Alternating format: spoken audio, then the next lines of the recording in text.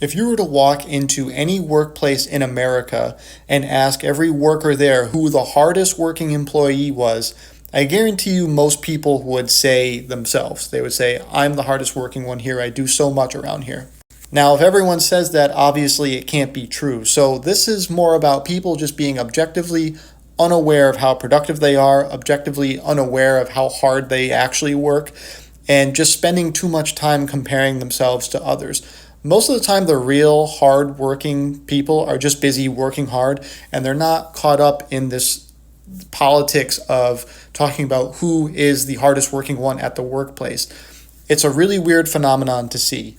And odds are, if you have to go around telling everybody how hard you work, you're probably not the hardest working one there. Now, my broader point is just to loop this back around to the fitness industry with, the coaches and trainers and gym owners that we work with. A lot of times people are just objectively unaware of how much work it takes to get to their goals. They spend like 20 minutes a day on their marketing, nothing happens, so they give up on it. And it's just this weird vicious cycle of like their inputs don't get the outputs that they want it to have, and so they give up entirely. It's just not worth their time. And I think part of it is because social media has convinced people that they should be only working an hour a day and making $1 million a month and shit like that. Like, business doesn't work like that. Some things you are going to have to put in more effort. So just like the person who thinks that they're the hardest working one there, when everybody else will say, no, Bob, you're the fucking laziest one here.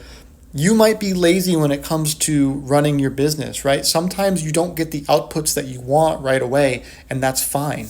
You have to be objective about everything that you do. And that's why having a daily checklist of things that you do in terms of marketing and service fulfillment is really important. If you can hit your daily quotas for reach outs, for posting content, for money spent on ads, then you can then say, okay, I'm hitting my quotas. And over time, you become more efficient at those things, and you can actually increase the daily limits. And that's how businesses grow. They just put in more and more, even more consistently than they're doing already.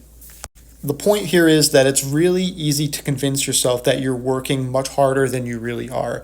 The human mind tends to do that sort of stuff, especially if you're in some sort of competitive workplace where everyone's kind of like paid close to the same amount as each other. There's no real hierarchy.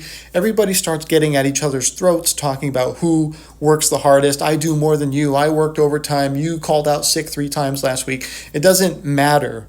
Hardworking people are busy working hard.